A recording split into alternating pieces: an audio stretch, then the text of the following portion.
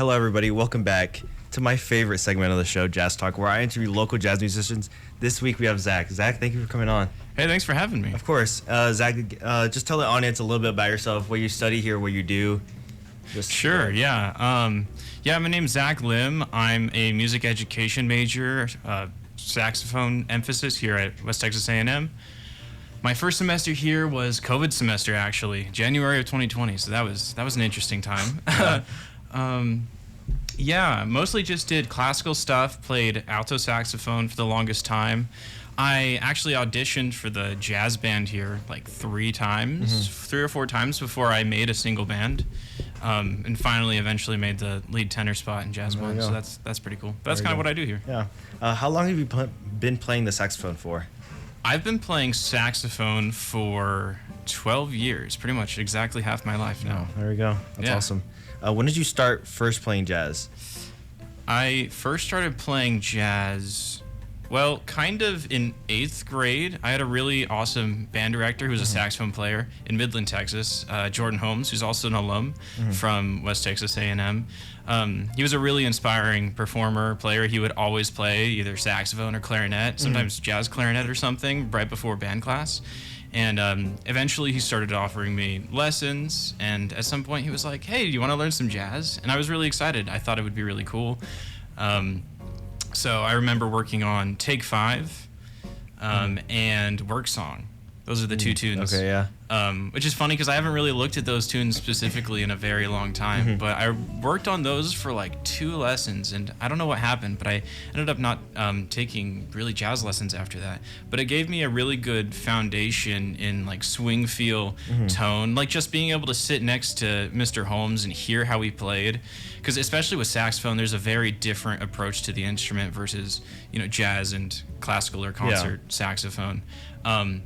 So that's kind of where I started playing jazz, and he just sort of introduced me to improvisation and how the playing works, where you start with the head, which is the term for the melody of the tune, and then you improvise, and essentially just getting as far as saying, improvise with the blues scale for now. And then I only had 2 jazz lessons, and then I don't know really what happened, but the rest of my jazz experience from then on was just sort of me playing along with backing tracks in the shed behind my house, and especially blues.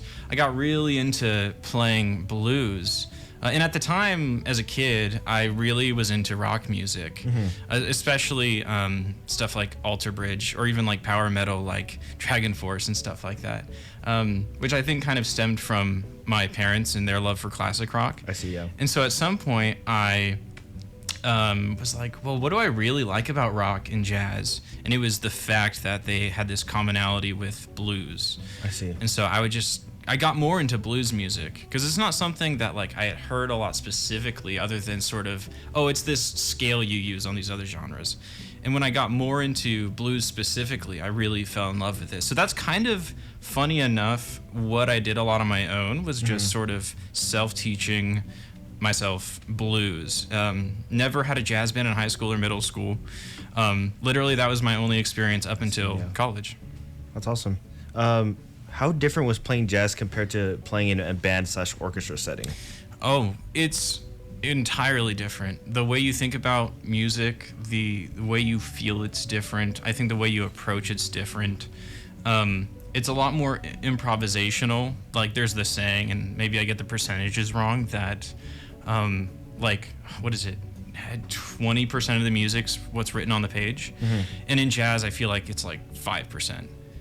So much of it, even in like a big band setting where a lot of it is all written out, is you listen to your lead players, who I like the lead alto saxophone is usually who the saxophones listen to, and then the lead trumpet is who the trumpets listen to, and everyone listens to those players for style.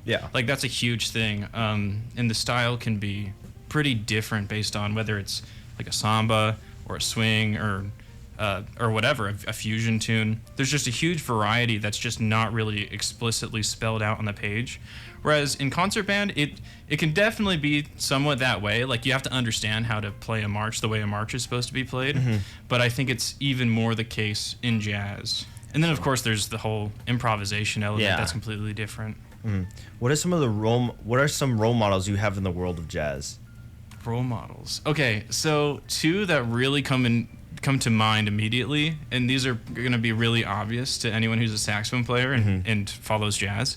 But Chad Lefkowitz Brown, like my first serious jazz mouthpiece was for tenor saxophone. Chad Lefkowitz Brown is sort of like the, not even up and coming anymore. He is like the most sought after, probably, I think, jazz tenor saxophonist. Yeah. Played with Taylor Swift. He was signed with Sios, a 3D printing mouthpiece maker, for a long time, and that was the first mouthpiece that I bought for my tenor saxophone. Was his sound, his mouthpiece. He just has a really unique sound that's just really pure. Like it can be like almost sounding like a synth in more fusion bands and styles, or he can really sound a lot like Lester Young if he really wants to. He's just so dynamic and flexible as a player, as well as being really virtuosic.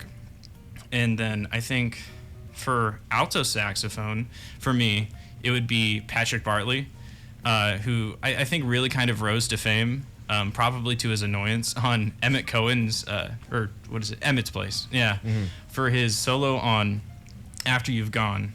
And he really brings a trad jazz swing feel back into modern jazz in a way that's just so soulful and amazing. And his approach to the instrument is sort of like a mixture between Kenny Garrett and Cannonball Adderley that I just, and in a way that he brings into his own that I just really love. So I think those two players for sure. Cool, awesome. What are some of your favorite jazz artists, and why are they your favorite? Well, it's probably those same people because of how much they push the genre forward. But maybe to go back a little bit into the history, I think Cannonball Adderley for sure. There are stories of Cannonball Adderley learning, who's a saxophone player. He played with Miles Davis a lot. He is really famous in like the hard bop genre. Yeah. And he's famous for like really practicing out of hymnals. He would go to church and have these hymnals, and that's what access to sheet music that he had. And so there's a lot of gospel and Christian music influence in his playing. That's just brings a lot more blues aspect into it. Just this, and just also his inflections, his sort of courage in using more scoops and whatever else into his playing. That's just really speaks to me, I think. Well, what are some of your favorite subgenres of jazz? Oh, okay. So, of course, bebop might be the obvious answer. Yeah. It's just like, oh, it's super, fast playing, amazing playing, like Charlie Parker. That's, the epitome of jazz. And I love bebop, but I think just for the sake of being a little different, I guess, I really love swing music a ton. Like, just that old school sort of little more bluesy, a little more melodic playing, a little more free to use ornamentation and glissandi and all of these things. And another's probably jazz fusion, like jazz rock, like what Miles Davis did later on in his career in the I forget the name of the Masha something. Starts with an M orchestra. You could totally Google it. I never remember how to say it, but it's jazz fusion, like Chad Lefkowitz Brown, like a lot more modern. And jazz fusion's kind of started in the 70s and has gone on. But Chad Lefkowitz Brown has a song called Recovery that he did with Sonic Magic, which is just phenomenal. It's just I love that genre because it blends these elements from jazz that we know and love with rock, which just has a whole other feel. Yeah, a whole other feel, and if you're someone who likes both genres, like hearing them blend together is really cool. So yeah, I'd probably say like swing and then jazz fusion. Awesome. What exactly is going through your mind when you're improvising? Besides the basic like scales and everything. Yeah. Probably too often I think about scales and like notes. That's actually kind of a crutch, I think. Something I've learned in the last year or so is the more you focus on rhythm, the just the better your solos become, the better your feel is, the better your time is. And it's still something I struggle with. Like if I don't practice with a metronome, if I don't keep up with my time feel, everything else goes out the window. And I've studied the scales and the chords and everything. They'll show up where they need to be if you just trust your fingers and your ear. That I think the thing that I think about a lot, the most in my playing lately is rhythm, for sure. I see. Yeah. Why do you think jazz and people's emotions have such a close connection? Jazz and people's emotions have such a close connection. I think jazz fundamentally is sort of a spiritual music, an emotionally intelligent music, in a way that it's kind of like if pop, and this is probably an overused analogy at this point, but if pop music is like a candy bar or something, jazz music I think is sort of like a steak or like a really fancy dish. Okay. Where it's like maybe not everyone wants to have it all the time, but you eat it when you want to feel like satiated and fulfilled on more than just like a basic dopamine satisfaction level. It's like it really speaks to you. I think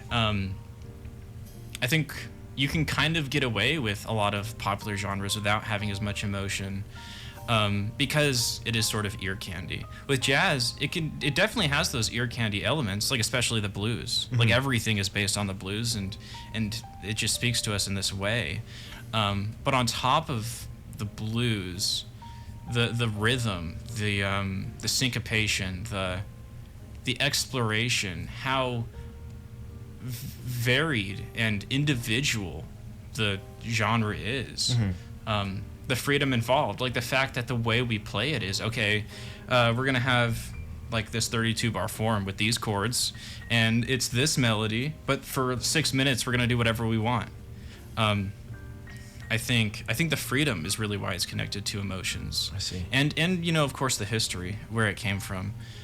I had the opportunity last summer to see Patrick Bartley in person when they were on tour for their First Song tour.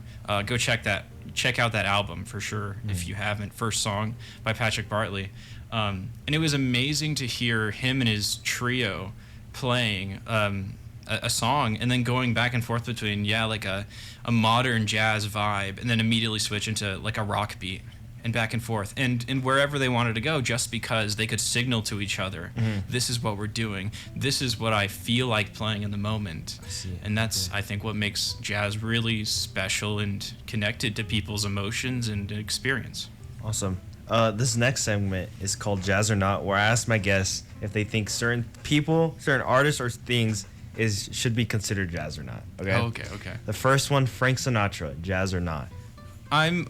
I'm gonna say off the bat that I tend to be a person who's like, yeah, it's jazz. Like, where's the line where they're not, And I tend to try to be more inclusive. So Frank Sinatra, I will say definitely yes, especially because he is probably the person or one of the people who really helped establish the Great American Songbook to the wider public, and establish the genre of swing music in general. So at least like vocal swing broadly. Okay, next up, Leve, jazz or not?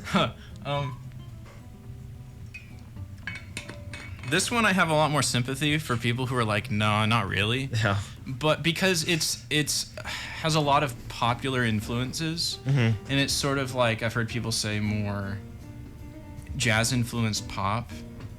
But again, jazz is just this, it's almost more of a sentiment toward music than it is a genre.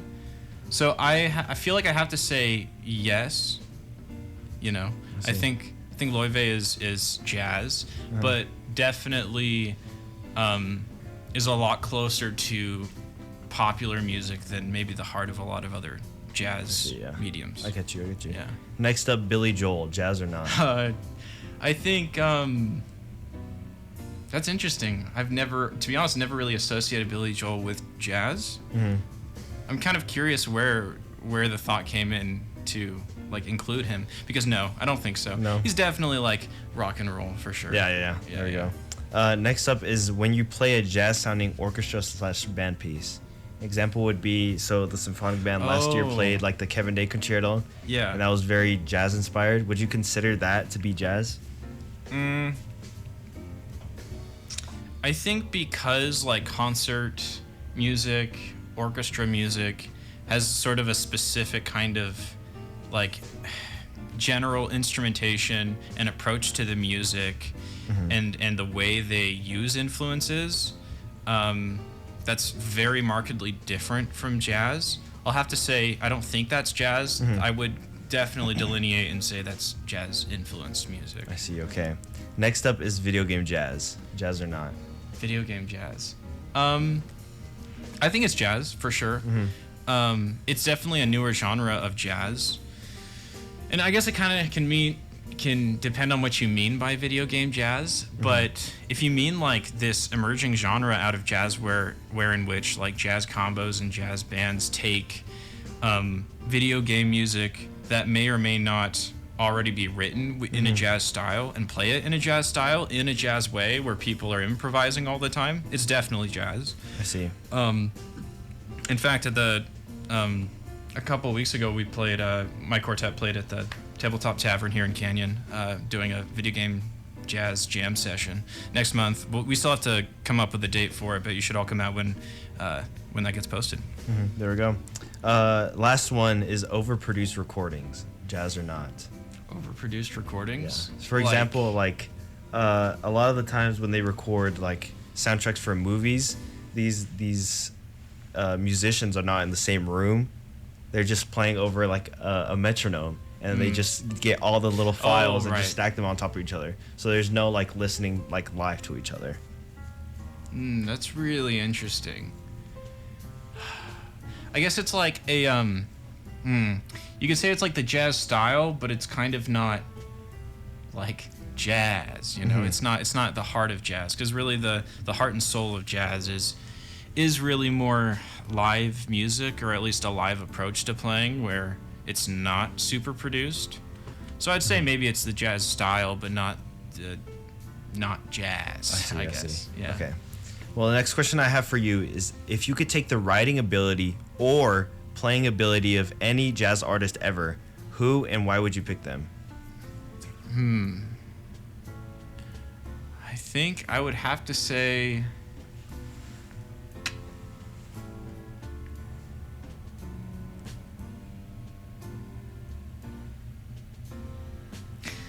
probably Charlie Parker. That's probably a pretty cliche answer, but really no one's come close to the kind of like improvisational and compositional ability that he demonstrated. For sure. I see. Yeah. What is one of your favorite memories relating to jazz? Let me think.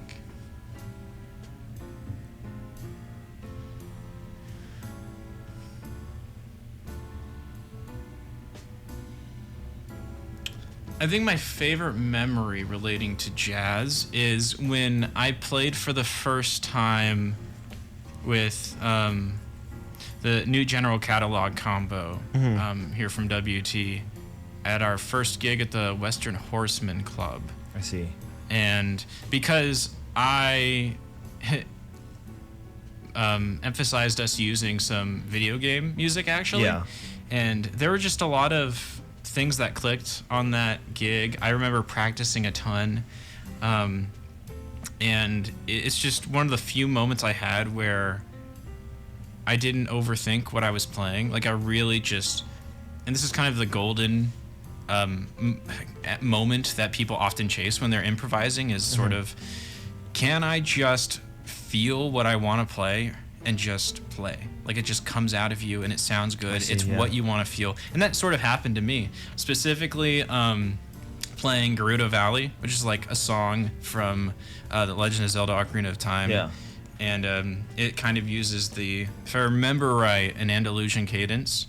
And it's just a really beautiful tune. It's a really beautiful chord progression. And I really was able to put my heart and soul into that solo. And I just remember feeling, like so cathartic. And I think that's really what often jazz is about is these moments of catharsis and connection to the people you're playing with and to the audience, in conjunction with serving the music, for sure. So I think for sure that was my favorite moment. I see.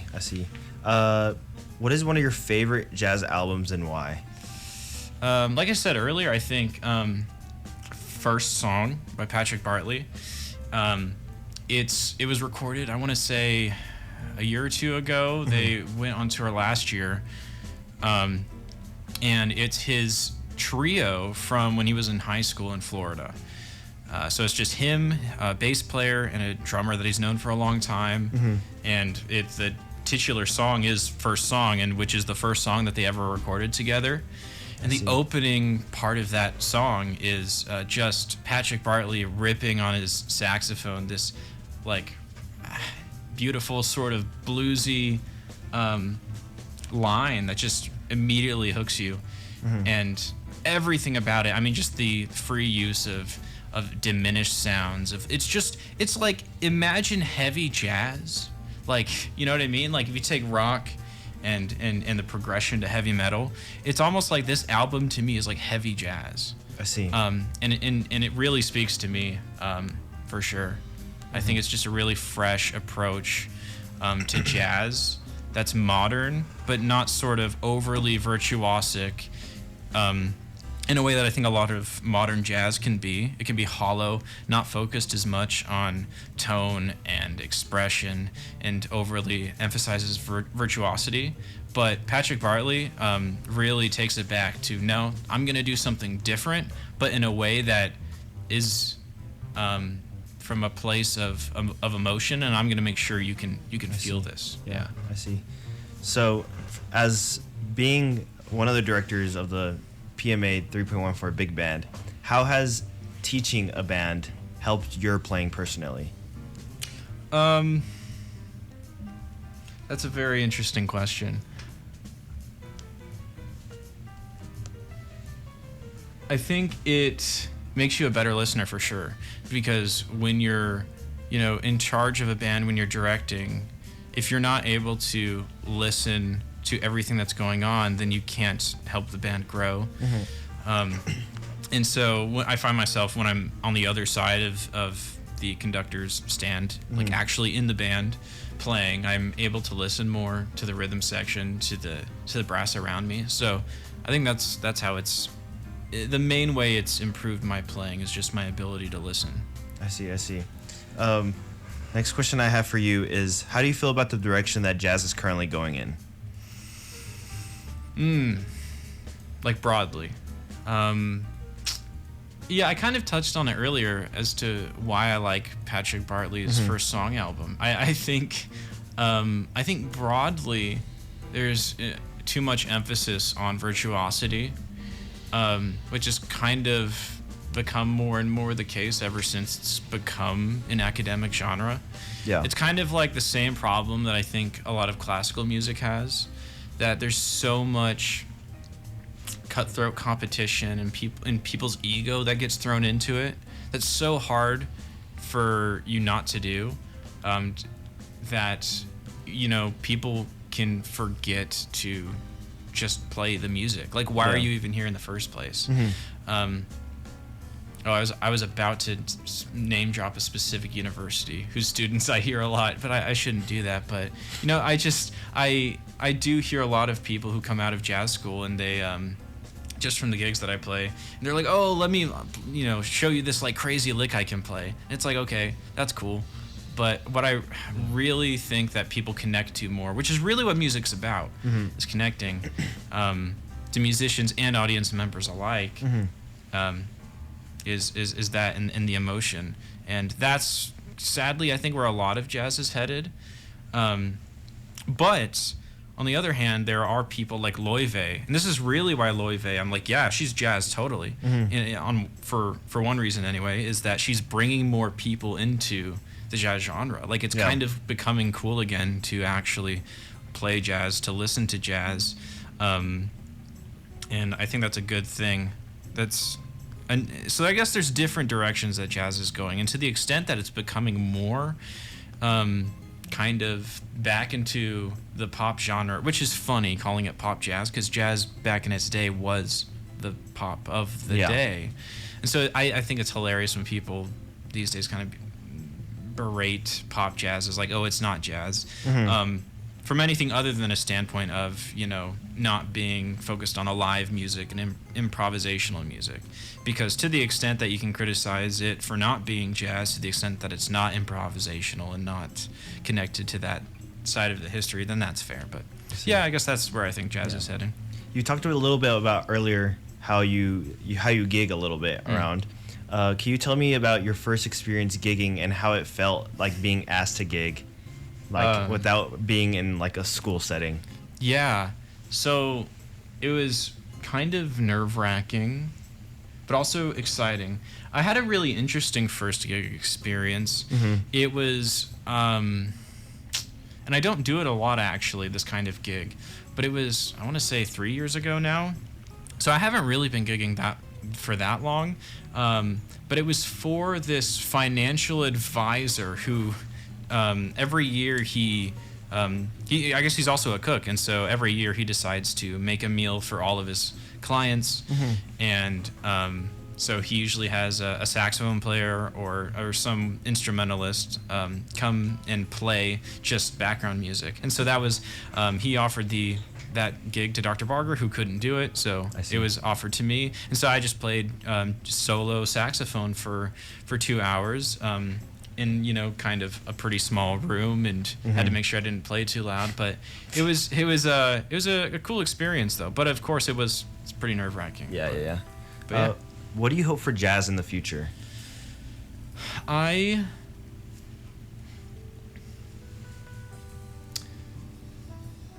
hope that jazz stays very open-minded and very open to anybody playing the music, and to explore and push the music in different directions. I think more than anything, the thing I don't want jazz to become, or frankly to continue to be, is this kind of exclusionary genre where like only these people can play it. You're only a real jazz player if you've memorized 100 tunes. And you can play all of the omnibook in all keys from memory. I think I want jazz to become more open and really push and become create more jazz fusion genres. Frankly, I want to hear more rap songs with more jazz, and I want to hear more rock and jazz fusion. I want to, all of that.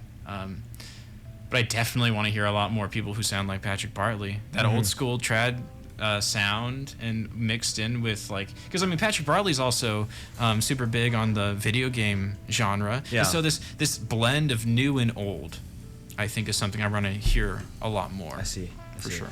The last question I have for you is, what is some advice you have for aspiring jazz musicians?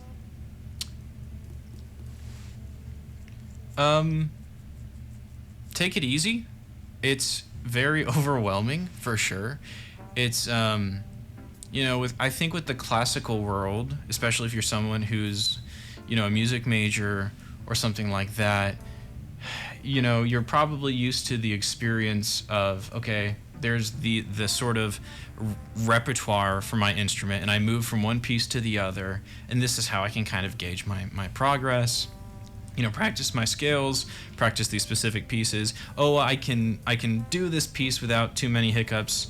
That's fine. With jazz, it's so much more open-ended, and you're kind of faced with okay, so there's the hundreds of these tunes I'm supposed to memorize. Which one's more common? Which forms are there that I should be most familiar with? What chords? What scales? What all of this stuff that can be really overwhelming. And I think the biggest advice is to just take it one thing at a time and remember that your voice matters. If all you can do is play one scale over everything, that's okay. Like, you don't have to be able to do everything right now. And if anyone ever tells you that you're not a jazz musician, or that you don't deserve to be playing with anyone because you can't do all the things, you can't, you don't have your bebop together, then they're wrong. And that you're worthy, and that you are welcome in this music. There we go. Well said. Well said. Well, the last few things I have for you is I asked all my guests to recommend one song to be added to the playlist forever and be played right after your interview. What song would you like to recommend?